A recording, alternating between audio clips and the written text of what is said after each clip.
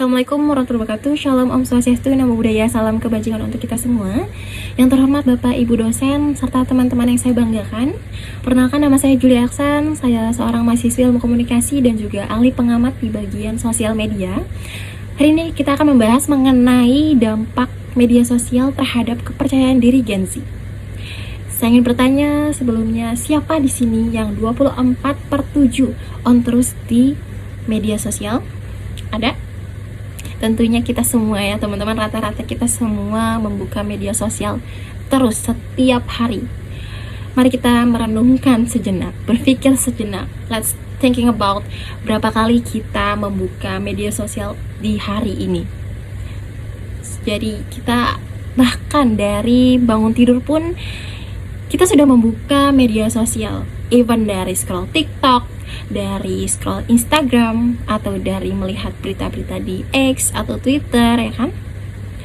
Jadi teman-teman, dengan adanya media sosial ini, kadang kita lupa, kita terlalu terlena akan berita-berita yang disuguhkan di media sosial, sehingga kita menjadi kehilangan kepercayaan diri karena kita melihat kemewahan, kesuksesan dari orang lain, ih cantik banget ya nih orang, gitu. Ih ganteng banget ya nih orang, gitu. Kok mereka pada sukses terus ya, sedangkan gue masih gini-gini aja. Kadang kita kayak gitu. Itu bahkan membuat diri kita semakin tidak percaya diri. Kita kehilangan kepercayaan diri kita. Dan itu dibuktikan bahwa pada research di Pew Research Center di tahun 2022, sebanyak 62% remaja mengalami penurunan kepercayaan diri akibat dari membuka media sosial. Karena mereka berpikir bahwa mereka terlalu membandingkan diri mereka sendiri dengan orang lain. Itu sangat berdampak negatif ya teman-teman. Bahkan diperkuat oleh research dari JAMA Psikiatri di tahun 2021 itu sebanyak 62% atau bahkan 60% orang yang beresiko mengalami depresi dengan 3 jam aja, 3 jam membuka media sosial, itu bisa beresiko mengalami depresi. Sangat-sangat wow ya teman-teman. Untuk itu, dengan adanya media sosial ini, kita dapat dengan mudah mengakses dengan hitungan detik, dengan sentuhan jari aja kita dapat melihat berbagai macam berita-berita yang ada. Dengan adanya media sosial ini, tentunya kita akan dengan mudah mengakses.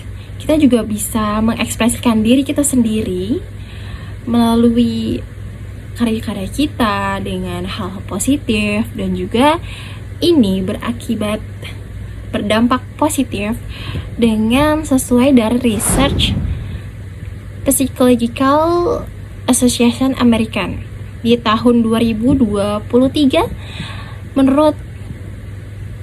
Menurut analisis ini, sebanyak 70% anak muda merasa bahwa media sosial adalah sebagai support system mereka, sebagai pendukung mereka dalam berkarya, dalam berinovasi, dan juga berkembang dalam media sosial ini.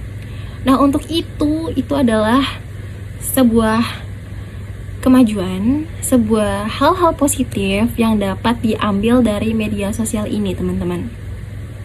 Kita semua setuju, kita semua pasti setuju bahwa semua di media sosial ini tidak serta-merta menyajikan berita-berita yang menyenangkan, bahkan ada juga yang menyedihkan, kabar duka, dan itu semua dapat diakses ya teman-teman.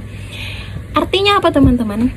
Artinya jika kita menggunakan media sosial dengan bijak, itu juga berdampak kembali ke kita sendiri. Misal kita membuat karya yang positif, itu juga kembali positif vibes ke kita juga.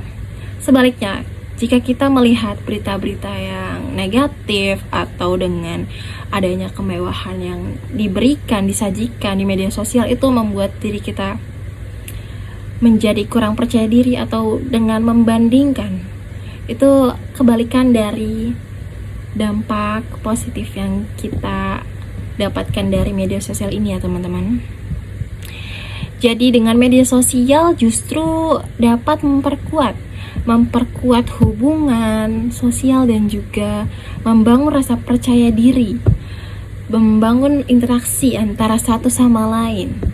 Jadi intinya apa di sini teman-teman? Ada yang tahu? Nah, intinya masalahnya bukan pada media sosial, melainkan pada penggunanya. Ya, tapi pada penggunanya dengan bagaimana kita melakukan, bagaimana kita menggunakannya ya, teman-teman. Oleh karena itu, kita gunakan media sosial ini sebagai alat atau sarana untuk membagikan hal positif, membagikan hal-hal yang sangat inovatif, hingga kita bisa juga menginspirasi banyak orang dalam berekspresi di media sosial. Karena nilai diri seseorang bukan dilihat dari likes atau followers di Instagram atau di platform manapun, tetapi dilihat dari value yang kita miliki. Kita menjadi diri kita sendiri. Jadi kita tidak bisa menjadi orang lain hanya untuk dihargai. Kita tidak bisa menjadi orang lain hanya untuk sekedar menjadi viral. Tidak boleh teman-teman ya. Jadi kita sepakat di sini, kita sepakat di sini menggunakan media sosial dengan bijak, dengan menjadi diri kita sendiri dan bukan menjadi orang lain. Setuju ya? Oke. Baik, demikian yang dapat saya sampaikan, kurang lebihnya mohon maaf. Wassalamualaikum warahmatullahi wabarakatuh. Sekian dari saya. Terima kasih.